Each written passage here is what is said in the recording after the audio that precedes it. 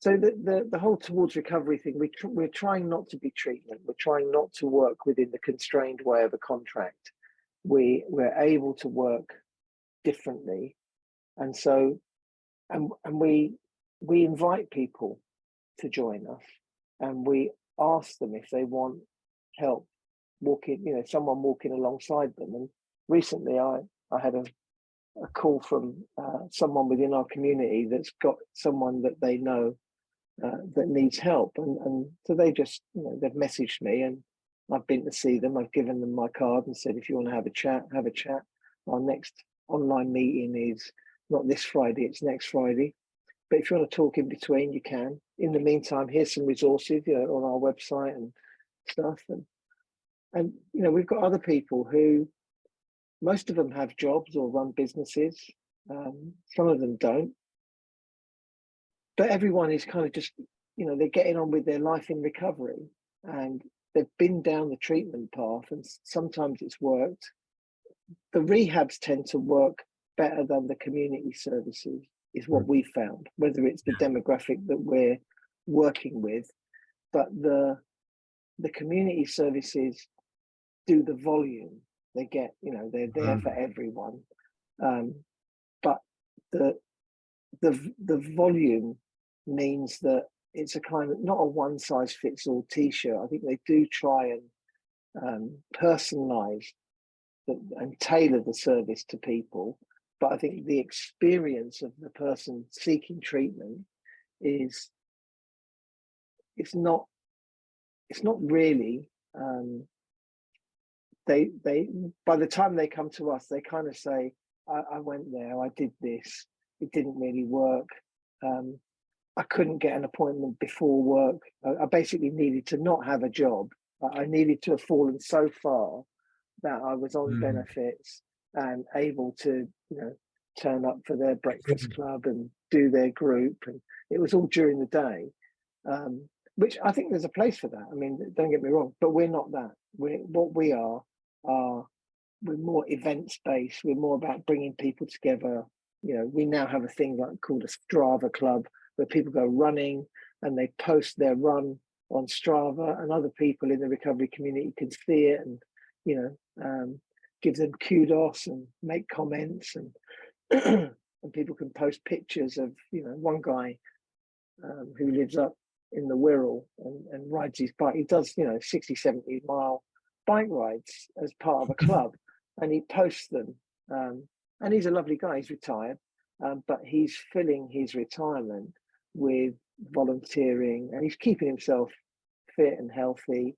And he's a really, kind of positive person, great person to be around, because he's always talking about something that he's doing, or someone that he's helping, or something that he's learned, And then we've got other people in the recovery community who, are really struggling. They're going through deep water with family relationship breakdowns and, issues, and trying to deal with stuff. And it's, it's painful, but it's also, when you get together, just being around other people that have been through that, there's a certain amount of, I don't know, there's that empathy. And the cafe environment, we try to bring the cafe environment online as well, where we can, keep it informal and not too structured. And I love the cafe culture, because what do you do when you go to a cafe? First thing you do, you kind of relax, don't you? Because it's in between time. You may be shopping, you may be just doing something else, but then when you go into a cafe, it's a chance to relax, and it's a chance to unwind a little bit. You have a coffee, and you chat. So we like to replicate that where we can.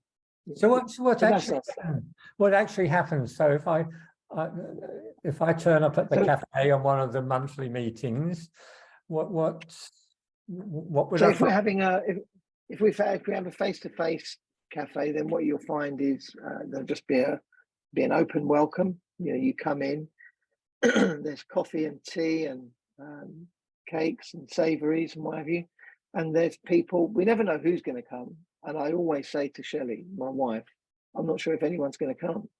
And she said, well, it doesn't matter if anyone comes, you have to go because you've got the Yeah. keys to open up. So, you know, I sit there thinking I could just be sitting here looking at my phone for 2 or 3 hours, but then people come, you know, they turn up and it's like a normal cafe. They just sit around. Sometimes we have a point to the evening, so we might have a talk, but we normally we have it between 7 and about 9:30, 10. And so usually from 7 till 8, it's kind of milling around, networking, chatting time. People just, I mean, we've got volunteers that make sure that if someone looks like they're sitting on their own, you know, we will sort of include them and draw them into a conversation. But it's not heavy. And then we might have, you know, something going on that evening. So we might have a talk from someone. We used to have a guy called Phil who was a bass player, musician. Sadly, he passed away recently, and it's his funeral on Monday. But he would talk and play his music. He played with he was a session musician for all the greats. So he's, you know, been on The Lion King and with Robbie Williams and The Who, and so he had great stories to tell about his addiction and his recovery and his life on the road. We had a series called An Evening With, and we would get someone who'd maybe been through adversity and come out the other side, or someone who's had an interesting life to give a story. We had a guy called Chris Lambriano speak. He did 15 years for being involved in getting rid of the body of Jack the Hat McVitie for the Cray twins, which were East End gangsters over here. And he knew them personally, and he's helped a lot of people in addiction. Yeah. So he would come and give his story, other people. And we'd also, on the evenings that we do the face-to-faces, we'd also give people an opportunity to share. So we'd have an open mic section in the evening where people could get up, and if they wanted to tell a little bit of their own story, they could.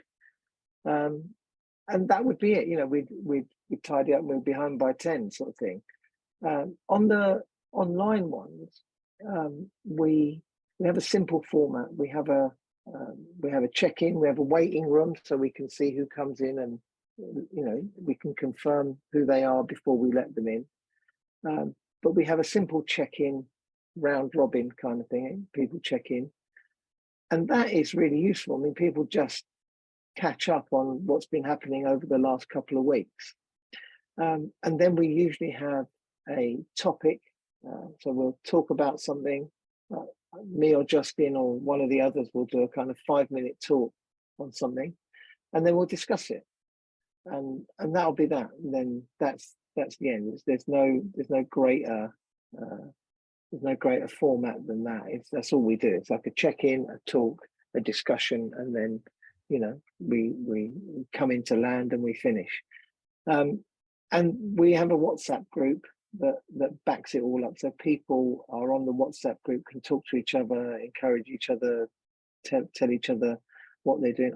I had a couple of WhatsApps from people saying, I'm really enjoying the blog series that you're doing. I'm finding it really helpful, and making my head swell a little bit. But you know, it's one of them things where people are reading it and they're finding value in it, and so, you know, that's good. So that's kind of it, really. I get told off by Jasmine when I say it's actually quite underwhelming.